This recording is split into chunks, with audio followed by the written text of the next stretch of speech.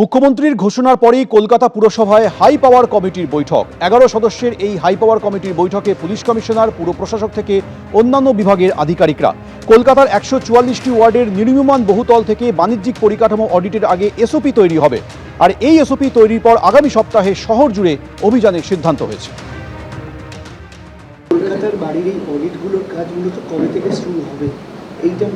ভিজিটটা হ্যাঁ, আমরা এসওপিতে ঠিক করছি। আমরা মোটামুটি আশা করি নেক্সট উইক থেকে শুরু হয়ে যাবে। এসওপি কি রেডি করা হচ্ছে? হ্যাঁ, হচ্ছে।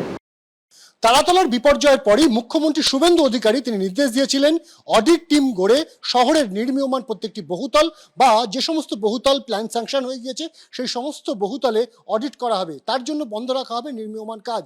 এবং আজ আমরা দেখলাম যে পুরসভায় মহরমের ছুটি যখন একদিকে চলছে, তখনই দুপুরবেলায় মহরমের ছুটির মধ্যেই একেবারে হাই পাওয়ার কমিটির 11 সদস্যদেরকে নিয়ে বৈঠকে বসলো কমিটি। এবং সেই বৈঠকে ঠিক হয়েছে যে কলকাতা শহরের 144টি যে ওয়ার্ড রয়েছে, 144টি ওয়ার্ডের নির্মীয়মাণ যে সমস্ত বহুতল, শুধু তার পাশাপাশি যে সমস্ত কমার্শিয়াল বহুতল রয়েছে, তার সব জায়গাতেই কিন্তু অডিট করা হবে। তার আগে তৈরি করা হবে এসওপি, যেটা জানা যাচ্ছে যে আগামী সপ্তাহের প্রথম থেকেই কিন্তু শুরু হতে পারে এই যে অডিট টিম এবং তাদের যে পর্যালোচনার যে বিভিন্ন অভিযান, সেই অভিযান। ক্যামেরায় পার্থপ্রতিম রায়ের সাথে অনির্বাণ বিশ্বাস, এবিপি আনন্দ, কলকাতা। গতকালের পর আজও কলকাতা সহ দক্ষিণবঙ্গে বজ্রবিদ্যুৎ সহ বৃষ্টির সম্ভাবনা রয়েছে। সরাসরি আমাদের প্রতিনিধি সমীরণ পাল আমাদের সঙ্গে রয়েছেন। সমীরণ, আলিপুর আবহাওয়া দপ্তর সূত্রে ঠিক কি জানতে পারছো? স্বর্ণালী, আলিপুর আবহাওয়া দপ্তর সূত্রে যেটা জানা যাচ্ছে যে তাপমাত্রার খুব একটা হেরফের হবে না, কিন্তু আজও আকাশ যেমন মেঘলা রয়েছে, মাঝারি থেকে হালকা বৃষ্টিপাতের সম্ভাবনা রয়েছে কলকাতা সহ দক্ষিণবঙ্গের বিভিন্ন জেলাতে। তার পাশাপাশি উত্তরবঙ্গের আলিপুরদুয়ার, জলপাইগুড়ি এবং কোচবিহার সেখানে ভারী বর্ষণের পূর্বাভাস রয়েছে।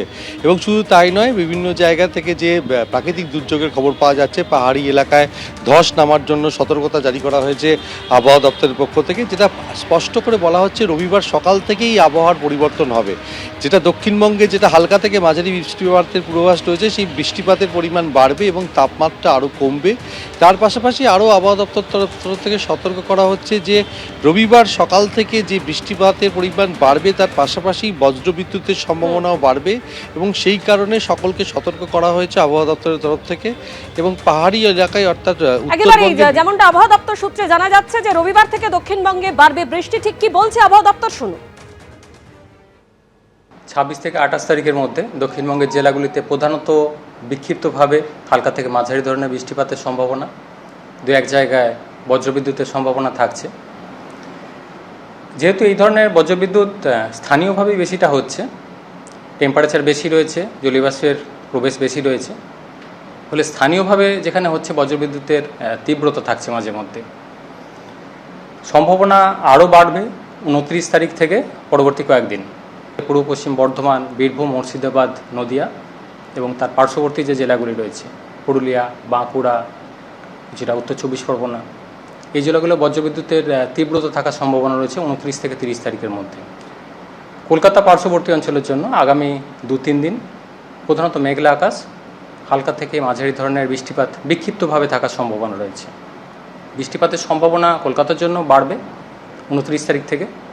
এবিপি আনন্দ, এগিয়ে থাকে, এগিয়ে রাখে।